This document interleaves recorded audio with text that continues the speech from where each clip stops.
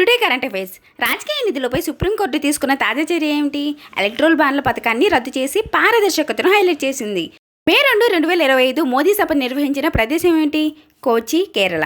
ఇస్రో ప్రవేశపెట్టబోయే సముద్ర పరిశీలన ఉపగ్రహం పేరేమిటి? OceanSat-4. మే 2న ఐక్యరాజ్య సమితి అత్యవసర సమావేశం ఎందుకు నిర్వహించింది? సుడానాలో పెరుగుతున్న హింస కారణంగా. భారత విదేశీ మారక నిల్వలు ఇటీవల ఎంత దాటిపోయాయి? $645 బిలియన్స్. SEBI ఏ రంగంలో సంస్కరణలు చేయాలని యోచిస్తుంది?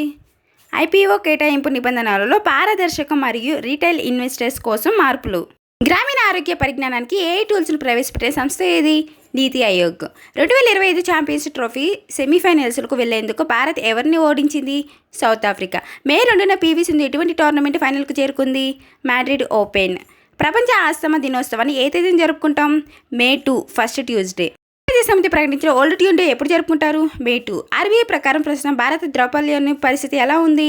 Moderate and under control. 2025లో అరేబియా సముద్రంలో భారత నౌకాదళం నిర్వహించిన వ్యాయామం పేరేమిటి? Exercise Varuna with France. తొలి హైడ్రోజన్ ట్రైన్ ట్రయల్ ఏ రాష్ట్రంలో నిర్వహించబడింది? హర్యానా. ఇవి ఇవాల్టి కరెంట్ అఫైర్స్. మరిన్ని అప్డేట్స్తో మళ్ళీ కలుద్దాం.